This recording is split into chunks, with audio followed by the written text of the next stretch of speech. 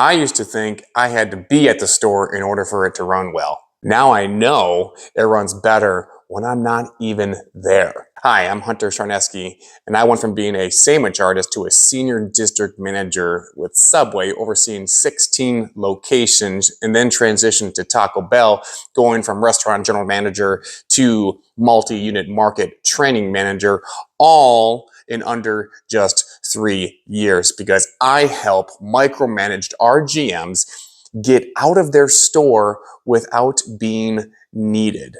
And today, I'm going to give you a 4-part framework to help you get in a position where your store runs better without you.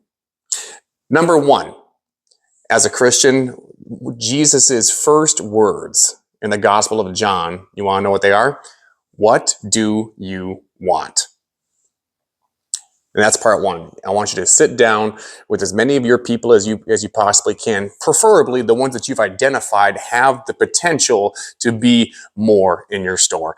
Are there food or service people who've they've got it? They can take command of the line. They have great customer interaction. They're fast. They get the food in the bag and out the window in a timely fashion. Identify those people and prioritize them first. Have a one-on-one with them and ask them that same question.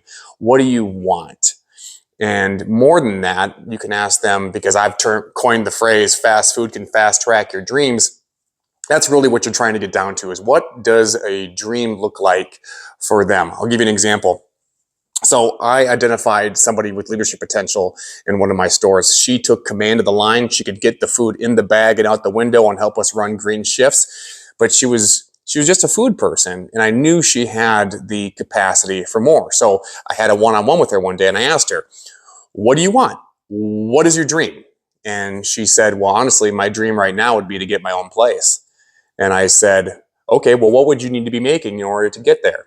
And she said, well, I would have to probably be making around X. And I said, oh, really? Well, as a shift lead, we could actually pay you Y. How would that sound? And she said, well, that would be great. And I said, okay, well, let's put these things in place so we can get you this promotion, get you paid, and then we can go from there. How does that sound? Well, how do you think she went to work for me after that? She knocked the cover off of the freaking ball. Why? Because I took what she wanted, her own place, okay? And then part 2 of that is I painted the picture of how we're going to get there. Well, we're going to go through this training process. And then lastly, after she got promoted, which is part 3, I got the hell out of her way, right? You don't need to mingle. You don't need to micromanage. You don't need to be in the weeds with these people that you've empowered by showing them what their dreams, or by them telling you what their dreams are. You paint the picture for them how to get there, and then you get the hell out of their way. So, number 1, what is it that you want? Have those one-on-ones with the people that you've identified have potential to run things in your store, okay? Number 2, after they tell you what it is that they want or what their dreams look like, paint the picture for them to show that where they're at right now can actually be the vehicle that drives them to their destination, i.e. fast food can fast track your dreams. And then get out of their way. You don't need to hold them accountable to making sure that all these things need to be done.